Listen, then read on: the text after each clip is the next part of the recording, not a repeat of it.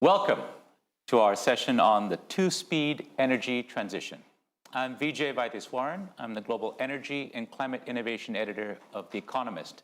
It's my great pleasure to moderate this fascinating and important session on a topic that I think really comes at the core of several of the important themes that we're here to discuss here in Dubai. The energy transition, is it going forward or backward? Security and geopolitics, and the pace of innovation and new technologies. For those of you who are joining us online, we welcome you, as well as those of you here in person. If you wish to use social channels, please use the hashtag AMGFCC25. I'm going to introduce our distinguished speakers in just a moment, but just to set the frame on what we're here to discuss in some detail, from AI-driven grid optimization to advanced energy storage, innovation is reshaping the energy transition landscape. But uneven adoption risks creating a two-speed energy transition, one in which people fall behind, even more so than in a world that we have today with significant challenges on energy access and equity.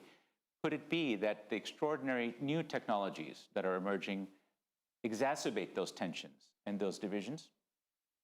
Or is there just the possibility that we might be able to leapfrog to a brighter future, that some of the newer technologies might actually act as in a way to bring about a transformation of the sort that we had hoped many decades ago, but it's been slow to come. In particular, a lot of hopes are pinned on artificial intelligence.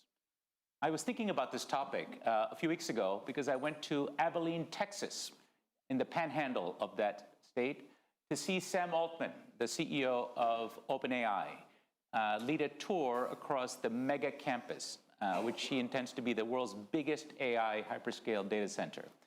It will be 1.6 gigawatts worth of energy and AI compute power in that one location. On the day I was there, he announced that across the United States, 5 other locations would add to a total of over 7 gigawatts worth of compute power soon enough, at a cost of over $400 billion. And my question was this: given the energy inputs that will require, what does this mean for climate, for sustainability, for the environment, for the local community where all of these resources might be consumed? And his answer was revealing. He said, with a techno-utopian flair that is characteristic of these AI leaders, technology creates problems, and that technology plus ingenuity together solve them. Now, that is one half of the ledger. Clearly, AI and other innovations in climate tech have the potential to accelerate the energy transition, but they can also do great harm in entrenching unsustainable practices or exacerbating inequalities globally. And that's what we want to dig into: how to tilt the ledger in favor of the positive outcome. What are the levers, whether it's policy or in other practices, finance, novel new partnerships? We want to hear from our gurus. Let me introduce them. I'll go from those closest to me. Doug Arendt, who is Executive Director of the NREL Foundation, which is affiliated, of course, with the National Renewable Energy Laboratory. Elizabeth Thurbin, who is a Professor of International Political Economy at the University of New South Wales in Australia. And Eric Parado, Managing Director of IDB Invest. Please give them a nice round of applause to welcome them to our stage. Welcome to my gurus. I think we'll start with technology, since it's such a topic of the day. And I'll deal with the elephant in the room first, AI, before turning to the variety of quite exciting and innovative non-AI technologies that are at the leading edge of the energy transformation. But let's deal with AI. Doug, where do you come out on this question of AI? Is this going to be something that leads, as some people claim in Silicon Valley, the 10Xers to become 100Xers, leaving the rest of us Xers behind, maybe becoming a negative Xer? Or do you believe that this is something that might actually help bridge that divide when we talk about the energy transition? Where do you come out on AI? Let me frame it as AI is a two-sided coin. There's energy needed for AI, and then there's AI for energy. So let me deal with the first part. put it in context, there's a lot of discussion about the anticipated growth of energy demand for AI, gigawatts by certain companies, and globally, thinking out toward 2035, if you look at analysis, it could be only, but significant, 2, 5, maybe 8% of total electricity demand by 2035. That's not 90%, but it is significant growth. I mean, air conditioning is going to be a lot more, right? Air conditioning is going to be a whole lot more, existing building demand a whole lot more, and certain economies, electric vehicle or electric mobility, a whole lot more. So it dominates the discussion because, at least today, it's proposed as big and bulky and locationally specific. 1.6 gigawatts in one location, that's a very large load. So that's the potential downside. Many of those companies are committed still to clean electrons for those activities. And then the upside is AI has got incredible application across energy system, from innovation in materials to optimization of the grid to optimization of end uses, et cetera. So again, two-sided coin. You rightly point out we have to look at how the AI is made as well as how we use it. I know that, Liz, you have some views on how the AI should be manufactured or made. Tell us your proposal. Yes, well, I mean, I would definitely agree that it's a two-sided coin, but we get to choose when we flip, we get to choose which side the coin comes down through the decisions that we make about how we regulate. And I think that here's an incredible opportunity for AI to be born green. There's nothing stopping us from, imagining this future and bringing it into reality. So I think that, thinking about the way in which we can put in place particular legislative arrangements for data centres to be powered by renewables, for example, and also to think about the development opportunities that come about through AI, for example. I think of my own country, Australia. We have a lot of space, so that really lends itself to thinking about data centres combined with, very large renewable installations. So I think, if we think about AI being born green, we can imagine a brighter future. Well, that's a really powerful idea. And just last week, an important report was released by David Sandel of Columbia University and a team of researchers that talk about this topic regularly, once a year. And their latest report on AI and sustainability looked specifically at sustainable data centers. And among the points they made, they should be born green. That is, the energy that powers them should be carbon-free. But a couple of other ideas as well that are worth reflecting on. AI as flexible load.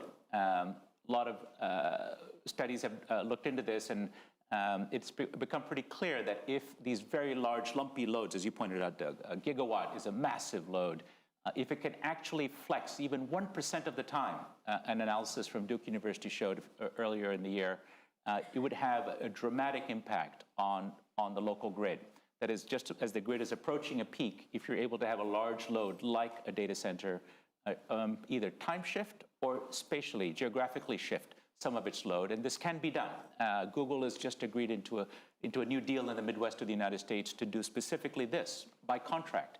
And so we see some of the major data center companies and big tech companies looking into this and how they could design from the beginning to be part of the solution. It might actually help the grid, not just be a burden, because of course, we know that most grids around the world are designed for a few hours of the year.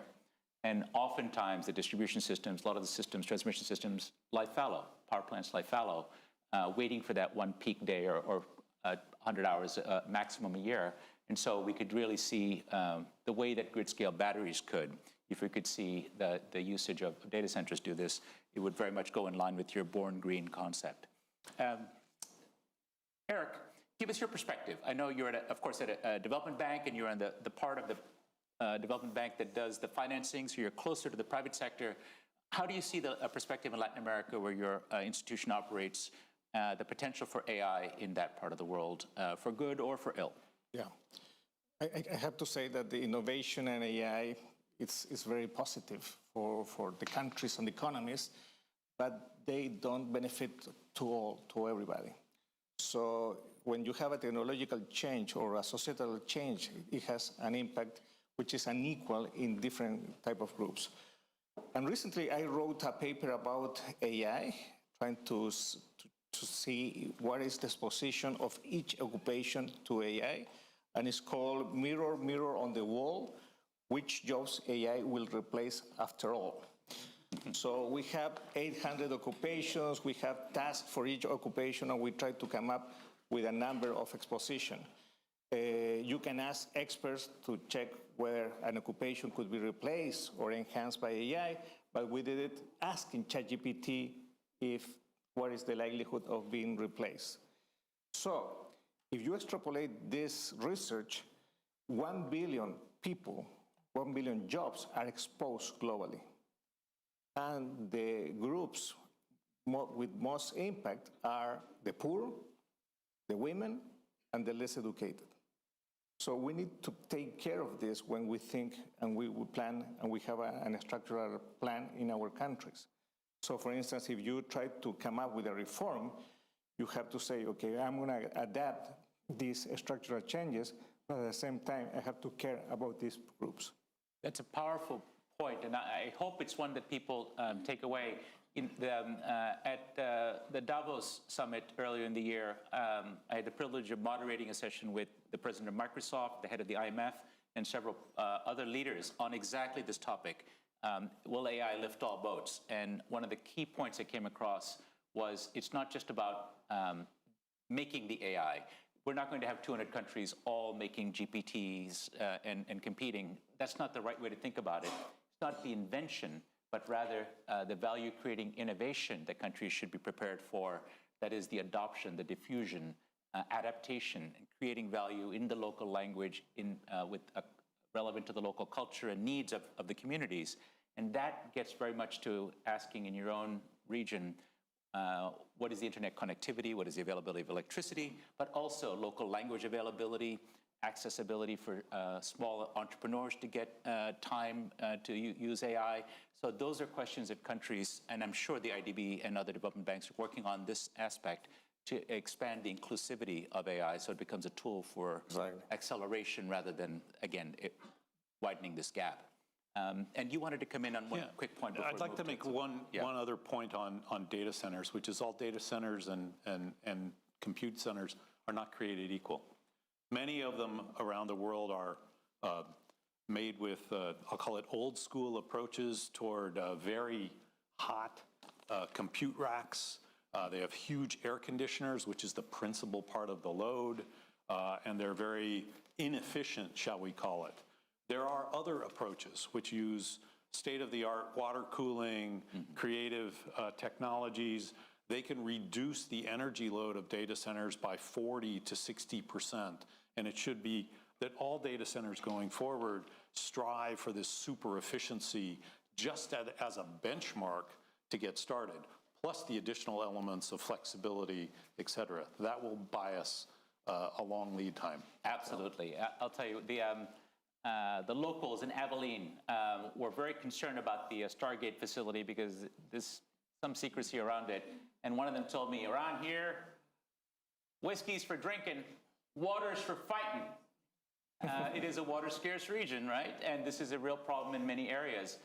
So I was particularly careful in my inspections of the chip racks, and I was very pleased to report that at least at that facility, they're using immersion cooling, 100% recycled, no evaporative air cooling. The entire facility, it is claimed by Oracle, based on the data specs, I believe them, will use less water for all of the entire unit than one American household in a year, just to give you an idea. Now that tells you how much Americans consume perhaps in our big households, but I think we get the idea that there are technologies, if you make it green from the beginning, you can really make a radical difference in the footprint of AI, and that surely must be the blueprint for the future. Now, having spent some time on AI, I want to move to the other energy technologies that are affecting the pace of the transition, and whether we see a possibility of maybe reducing the gap or possibly even leapfrogging. I wondered if maybe I could start with you, Doug, because you've at National Renewable Energy Laboratories, you've looked at this. You've got a great book on renewables that I recommend to everyone that came out some months ago. We see, of course, the phenomena of the China effect with incredibly low-cost electric vehicles, solar batteries, wind, and related technologies coming that are now increasingly, as they're blocked from certain developed markets, arriving in many developing countries in the Sun Belt. Can you tell us a little bit about your perspective on the renewables, which you know very well? Sure, happy to do that. So, you know, the renewable revolution, which has really occurred in the last, say, 20, 25 years, where you're seeing 99% cost reduction in solar, batteries now at almost 90% even in the last 7 years, wind as well, but less scaling than solar is, and electric vehicles now really ramping up, is an incredible story of manufacturing, tech innovation, financing. And to give a sense of scale, more than 500 gigawatts of new solar, just photovoltaic panels were installed just last year. There's production capacity of nearly a terawatt per year, which will likely get to full utilization here in the next few years. That's 1,000 gigawatts per year being installed. And this price compression... It's analogous roughly to 1,000 nuclear power plants. Yeah. And this price compression opens up this enormous opportunity, particularly in markets where the grid is either incomplete or unstable, or they're rolling brownouts, or it's very costly. For example, Pakistan, more than 30 gigawatts of distributed solar installed last year. Brazil, 40 gigawatts in a year of distributed solar.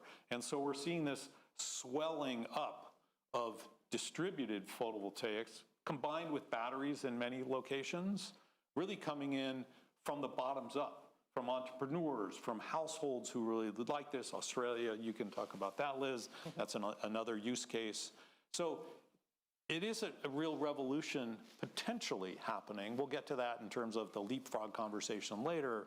But it is poised to be something different than we have thought about. And here in our host country, the UAE, they have a very dedicated program to large-scale solar, which is not just solar photovoltaics, but it's also solar with batteries or solar thermal with storage, so that they can actually dispatch solar-derived electricity 24 hours a day.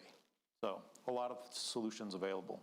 And a lot of these are helping bridge the gap, as I understand it. I think you mentioned Pakistan, where there's been a huge inequity in energy historically, installing enormous amounts of solar from the bottom up last year and into this year, providing access to farmers, to folks who are on the margins of the energy grid. And so I presume that as this phenomenon spreads because of the China price and availability, we will see the energy access challenge a little bit easier to deal with. Yeah, it's also, it's abundant, it's sufficiently abundant energy at a price that people can pay and are willing to pay. And that's the critical recipe. It serves the needs at an affordability, and it's actually available when they need it. That's different than relying upon an unreliable grid. So Doug's given us something of a bottom-up perspective in a way from the point of view of the consumer.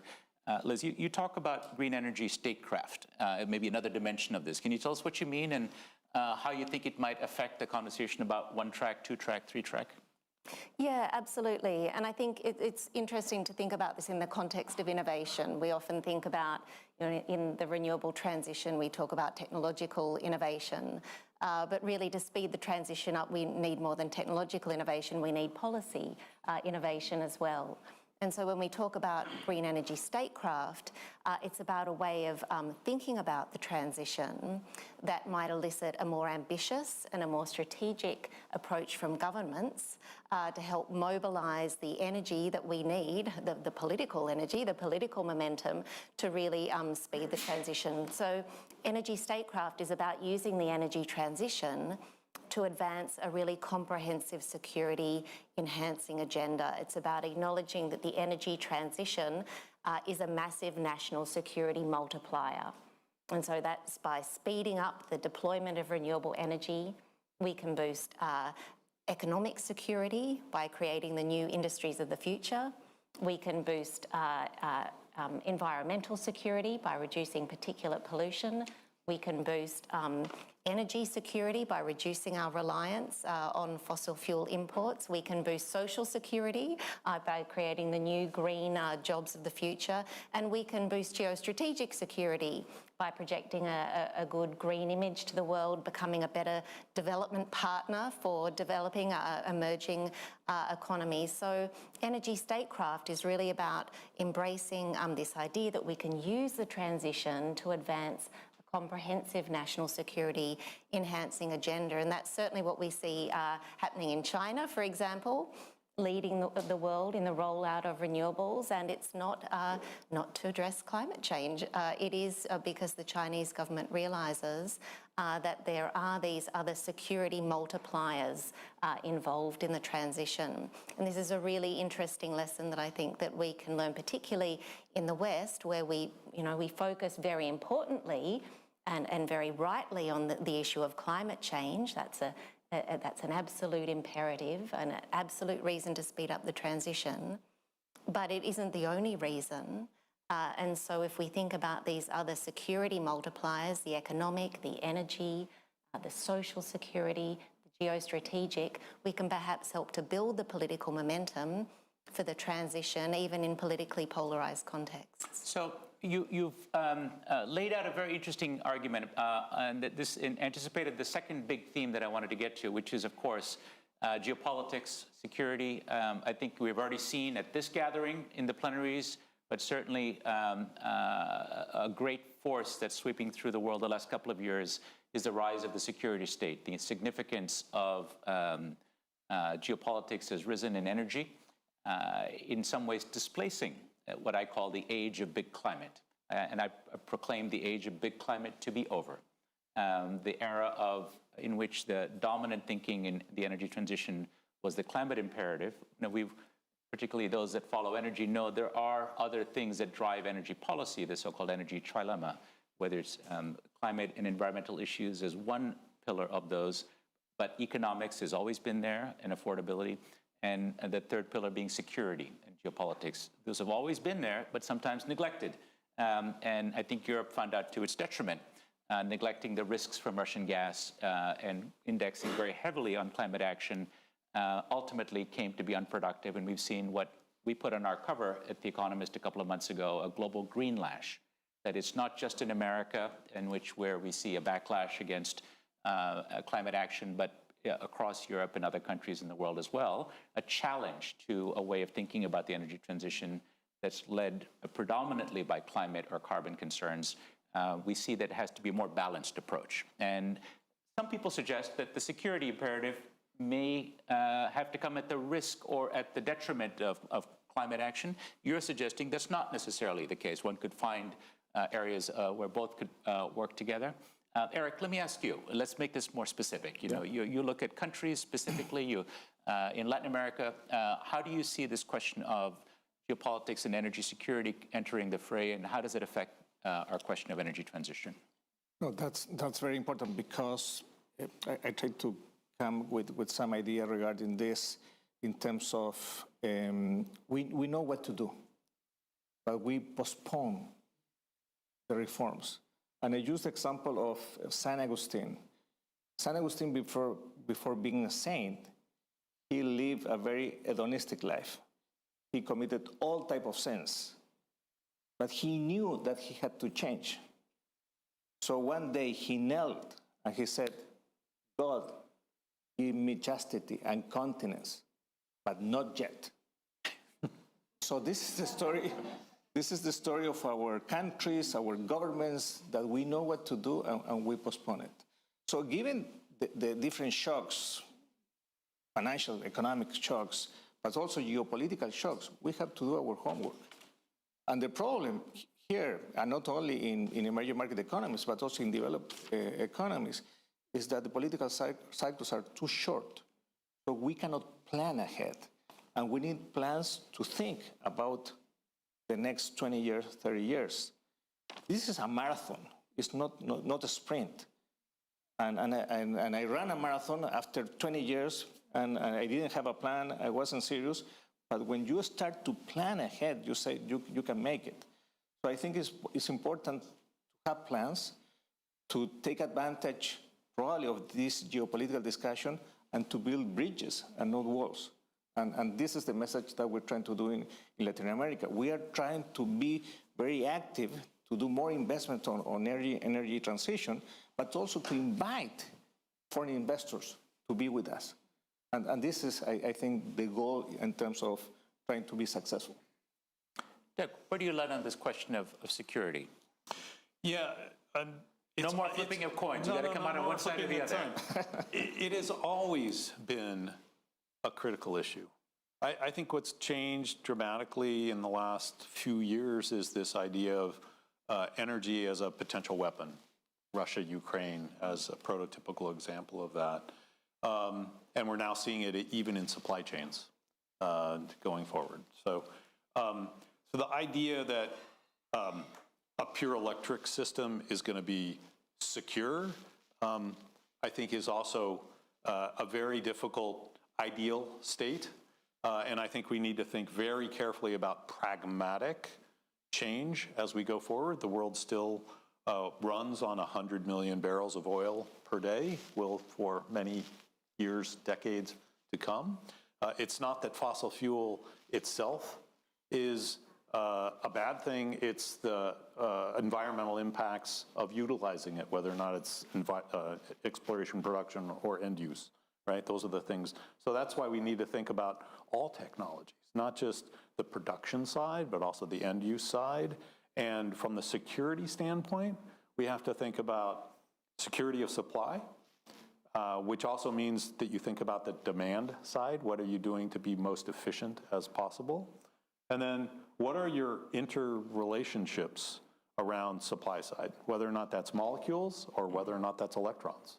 And so it's very rare that there's a country that is independent, but it's strategic interdependence that needs to be managed very, very carefully. Well, you mentioned molecules and electrons. So energy nerds love to talk about molecules versus electrons, or the combination of the two. Geopolitical nerds at the moment, it's very fashionable to talk about the electrostate versus the petrostate. And some of you who follow foreign affairs or the great journals of the age will know that energy security thinkers are very much thinking about China, of course, as the electrostate and the United States as the petrostate. Does this make sense? I'll ask any of my panelists, but Doug, since you mentioned the molecules versus electrons, what do you think of this framing of the new geopolitical contest as electro versus petro? Yeah, I don't think it's that clean. I think that every energy system in every country is a combination. It's heterogeneous. It's got both electrons and molecules in it. I think very few countries, if I can think of one off the top of my head, are self-sufficient, right? There's always interdependence, whether or not it's from supply chain or from energy production and use. And so the complexity of the security side, whether or not it's petro, dominated by petro or electro, is a very complex piece that has to be worked through. That is an astute observation, and particularly interdependence. I'm reminded of what Winston Churchill said about the role of interdependence. When he talked about energy security of supply, he argued that variety and variety alone provides energy security. That is, having a multiplicity of suppliers rather than reliance on one source of energy or one source of supply. And we'd be well reminded of that day as we move towards autarky and trying to rely only on one country. In fact, we may be creating brittleness in systems rather than the kind of flexibility that might be needed going forward. But as we talk about this, I want to turn to our last topic before I turn to our audience for questions. So I'm going to encourage you to start thinking about questions for our experts. And that last topic is legacy versus leapfrogging. Of course, the incumbent fossil system, and you rightly said, Doug, will be here for a good long time, given the dominance and the role of inertia. Something like 80% of all primary energy today comes from fossil fuels. Despite the astonishing advances of solar and wind that have been documented and spoken of, all truly breathtaking, but that 80% figure is roughly the same as it was 20 years ago. Just to give it, just the pie got much bigger, and by most reasonable estimates, the pie is going to continue to get bigger. That is, energy demand is going to continue to grow quite significantly, in which the legacy fossil system or some decarbonized version of it, with some sort of carbon capture technologies that are being advanced, may play a very big role as well. What does this do for the potential for new technologies to leapfrog ahead? Who wants to give a thought about legacy thinking versus some of the new ways of doing things? Eric, do you want to jump in on this? Yeah, probably I can start with that. And I have to say that transition should be different depending on development, depending on countries. So one size fits all doesn't work for countries. And let me give you an example of Latin America and the Caribbean, because we have both a problem, because we are really exposed to climate change, but at the same time, we have a global solution, because we have a lot of commodities. And we have copper, we have nickel, we have cobalt, rare earths. So we have the solution for a global problem. So we need to think about that, because there are many countries rich in this type of commodities. Many countries in Latin America rich in gas and oil. What should we do with those countries? What is the solution? So I think we have to think about different transitions depending on the context, and what is the impact on the societies. Because you need to have a solution, a policy solution, but at the same time, you need to have ownership by your society.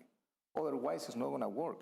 And when you have some example regarding how to withdraw oil subsidies, energy subsidies in our countries, in some countries you have social protest. So you have to be careful with that. So I would say different type of transitions depending on the countries. Yeah, to your point about subsidies, the IMF calculates something like $7 trillion per annum in direct and indirect subsidies for fossil fuels. The G7 under Obama agreed to phase out fossil fuel subsidies, but they have not been phased out even in G7 countries, never mind in developing countries where it does lead to hardship for ordinary people and often protests when governments try to phase them out. So legacy has some enduring strengths. Exactly. And so that's something very much to keep in mind. You're quite right. Liz, you had mentioned something to me earlier about one of the challenges of the new technologies, and there's a range of climate technologies that have advanced dramatically in the last 10 to 15 years, thanks to advances in material science, batteries, new chemistries, electronics, of course, AI more recently, but scaling up to first of a kind, that is going from the laboratory where it works, but then getting to $100 million or $200 million plant is a lot more expensive than a couple of guys doing software in the garage, right? To do heavy engineering or the new kinds of energy plants. How does that challenge to leapfrogging get overcome in your view? Yeah, that's a really crucial question. And, we're facing this problem in Australia, similar to many countries, actually, that are very resource intensive. Australia does face quite a cliff. We are a very large exporter of iron ore, of coal and gas, and as the globe decarbonises, we will see the demand for those fossil fuel exports decrease significantly, putting our economic prosperity at risk. But we also have remarkable opportunities. So, for example, if I think of Australia's largest opportunity, iron ore is our biggest resource at the moment. We dig it up, we ship it out, and it's processed and fed into the most emissions-intensive industry in the world, which is steel.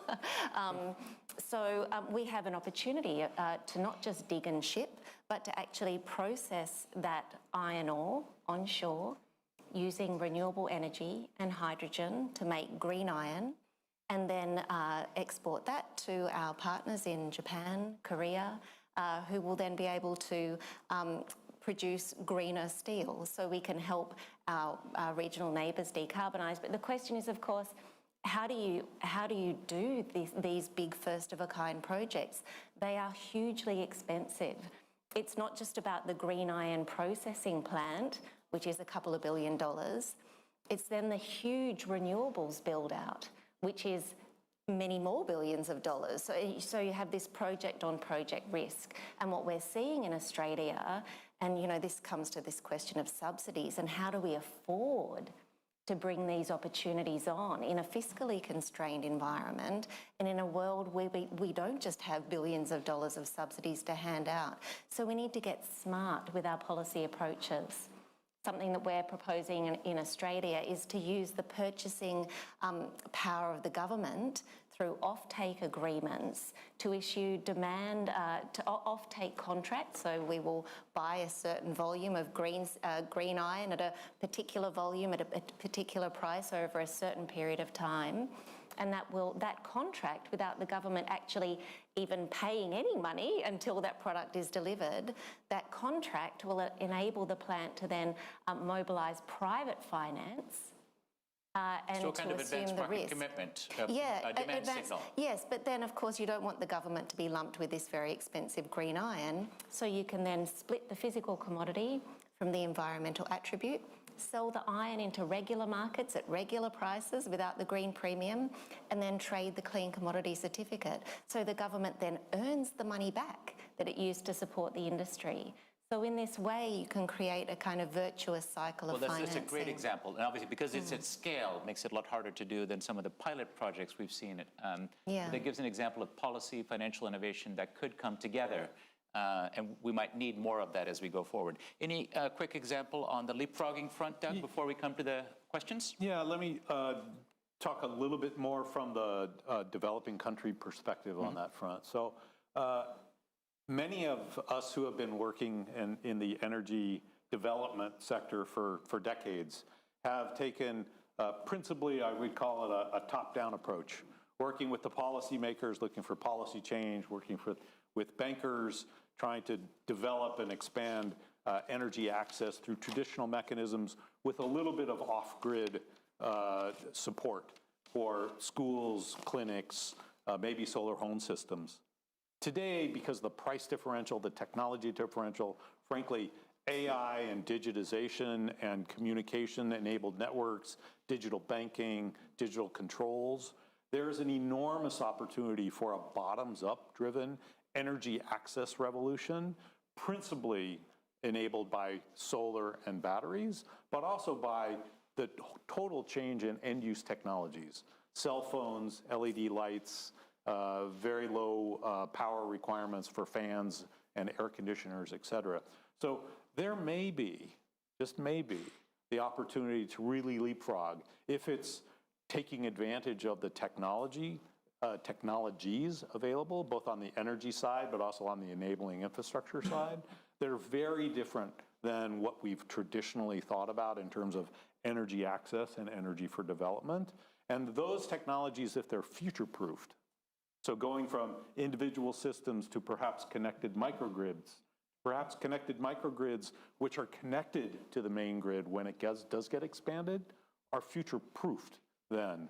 And it really offers a robust, I call it strategic opportunity, or to move forward and to leapfrog, a little bit like the telephony example. And we're seeing some of this, I think, with virtual power plants that aggregate lots of small sources of energy, with the 2- and 3-wheelers, electric in India and elsewhere, with battery swapping, something that emerged from the developing world at scale. So I think your point is right on, and perhaps we'll see much more of it going forward.